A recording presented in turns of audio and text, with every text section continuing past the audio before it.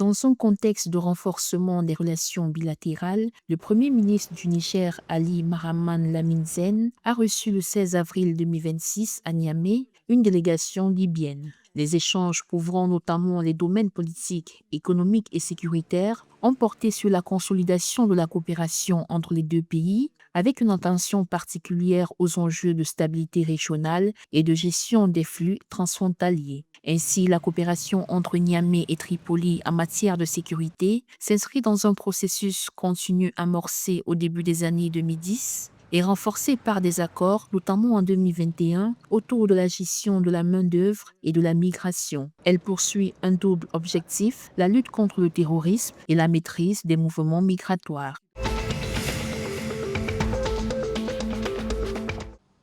La Côte d'Ivoire a signé des accords stratégiques d'environ 446 milliards de francs CFA lors des réunions de printemps du Fonds monétaire international et de la Banque mondiale à Washington le 18 avril 2026. Conduite par le ministre de l'Économie et des Finances Adama Coulibaly, la délégation ivoirienne a conclu des partenariats avec des bailleurs internationaux et des investisseurs privés. Ces financements soutiendront le plan national de développement 2026-2030, notamment dans les secteurs des infrastructures, énergie, santé, éducation et hydraulique.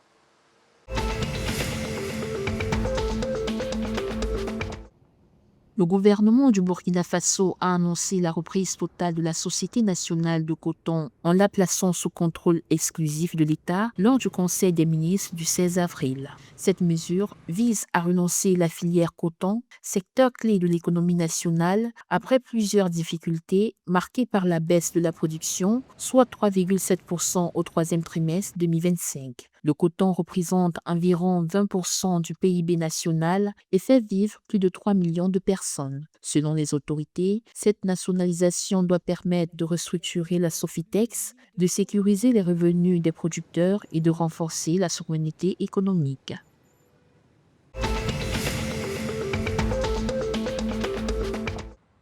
Le Togo a lancé le deuxième tour de sa campagne nationale de vaccination contre la poliomyélite, après une première phase en mars ayant permis d'atteindre 95% de couverture. Parmi les 1,8 million d'enfants ciblés, cette nouvelle étape vise à renforcer l'immunité et à stopper la circulation du virus. Des équipes mobiles parcourent le pays pour administrer gratuitement une seconde dose aux enfants de 0 à 5 ans en zone urbaine et rurale. Les autorités sanitaires rappellent que ces deux passages sont indispensables pour assurer une protection durable et progresser vers l'éradication de la maladie.